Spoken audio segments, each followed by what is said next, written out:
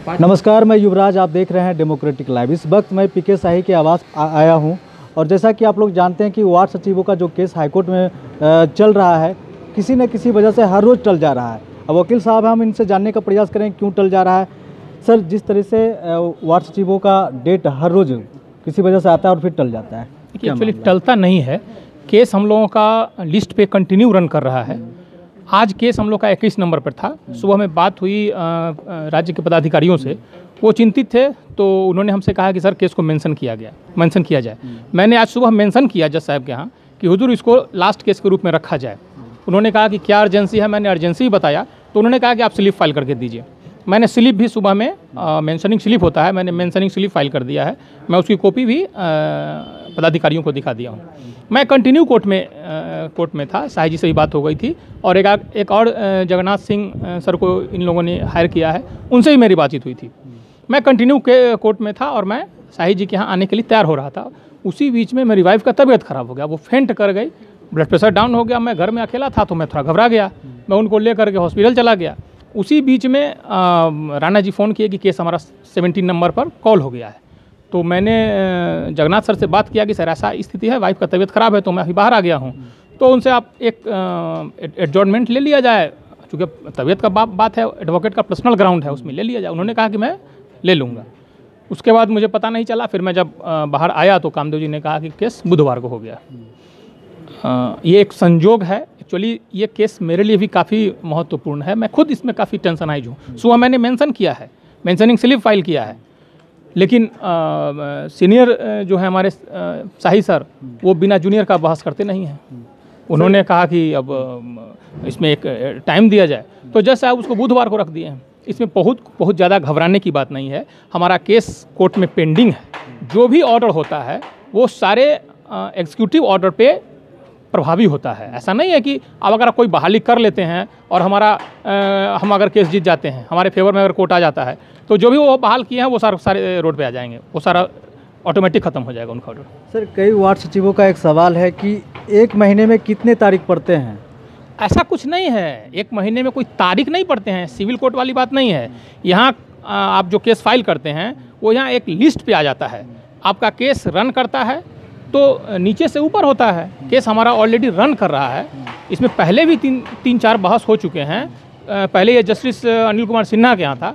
अब supreme court के order के लाइट में हमारा केस डिवीज़न बेंच में आया है, तो division bench justice Chakradhari Sharan Singh और जस्टिस मधुरेश प्रसाद के बेंच में चल रहा है। केस हमारा कंटिन्यू लिस्ट पे है।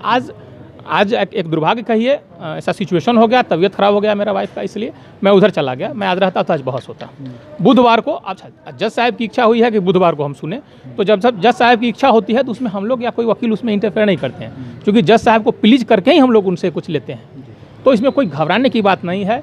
बुधवार को हम लोग का केस रहेगा, पूरी तैयारी के साथ हम उसमें लगे हुए हैं। सर, किस किस पॉइंट पर आप बात को रखेंगे जज साहब के सामने? पॉइंट हमने 3 इशू रेज किया है कि हमारी बहाली हुई है। सेक्रेटरी का पोस्ट जो है वो परमानेंट नेचर का होता है। ये सिलेक्टेड पोस्ट है, कोई इलेक्शन तो हमारा हुआ नहीं है। हम वार्ड क्रियान्वयन प्रबंधन समिति ने हमारा सिलेक्शन किया है, तो आप नए कमेटी को लाएं, लेकिन सेक्रेटरी का पोस्ट जो है वो परमानेंट होना चाहिए।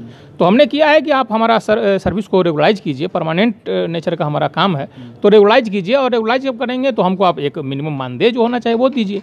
हमारा सर्विस का एक रूल बना दीजिए ताकि हमारा सर्विस कोड एक हो जाए, ताकि हमारा सर्विस ये हो सके, एक हो जाए कि मेरा लाइफ एक सही ये हो रहा है। सर, एक सवाल लास्ट मेरा सवाल है। एक तरफ आप पुराने वार्ड सचिवों के लिए केस लड़ रहे हैं और नए वार्ड सचिवों का भी चयन हो चुका है, कई पंचायत में, कई जिलों में हो चुका है। अगर ये केस आप जीतते हैं तो वो सड़क पे आएंगे और ये फिर वहाँ जाएंगे, क्या लगता है कि सरकार हटा देगी उसको? जो जिनका हम लोग केस लड़ रहे हैं वार्ड सचिव का, उन्होंने 5 साल अपनी सेवा दी है। ये बात वो भी जान रहे हैं। जो नए हैं, जो नए इस जगह पे आ रहे हैं, उनका भी तो भविष्य अंधकारमय है, क्योंकि उनको भी पता है कि अगर गवर्नमेंट इनके लिए कुछ नहीं सोचती है तो फिर उनके साथ भी तो ही होने वाला है। तो उनको तो सहयोग करना चाहिए। एक वार्ड सचिव जो कि परमानेंट नेचर का जॉब है, जिनके ऊपर बहुत सारी लाइबिलिटियाँ दी गई है, कानून में कहा भी गया है कि where there is right there is liability. Liability तो है, बहुत सारे वार्ड सचिव जेल चले गए हैं, बहुत के ऊपर बहुत सारे चार्ज लगा दिए गए हैं। I don't know whether it is rightly और रॉन्गली, लेकिन लाइबिलिटी तो इनको दी गई है। और मानदेय की बात होती है तो 1 रुपया मानदेय नहीं दिया जा रहा है। रेगुलाइजेशन की बात जब होती है तो गवर्नमेंट चुप हो जाती है। तो क्या हर 5 साल के बाद ये सचिव को बदलते रहेंगे? 5 साल तक लाखों युवाओं को अंधकार में ढकेल देंगे, फिर नए 5 साल के लिए फिर नए लोगों को लाएंगे। इससे एक गलत इम्पैक्ट बनेगा, सरकार की छवि खराब होगी। सर लास्ट क्वेश्चन मेरा एक और है, जो नए वार्ड सचिवों का चयन किया जा रहा है, क्या उस पर रोक लगा सकती है कोर्ट? देखिए, कोर्ट में हमारा ऑलरेडी केस पेंडिंग है, सरकार इस चीज़ को जान भी रही है। तो अगर हमारा केस हमारे फेवर में आता है तो निश्चित तौर पे उनका जो चयन है वो ऑटोमेटिक एबोलिश हो जाएगा। तो आपने सुना, सियाराम पंडित हमारे साथ जुड़े हुए थे, उन्होंने सारी सवालों का जवाब प्रमुखता से दिया है। हम पीके शाही के आवास पे आए हुए थे और हमारे साथ सियाराम पांडे जुड़े हुए थे। उन्होंने उनसे जितना सवाल मैंने किया सभी सवालों का जवाब प्रमुखता से दी है।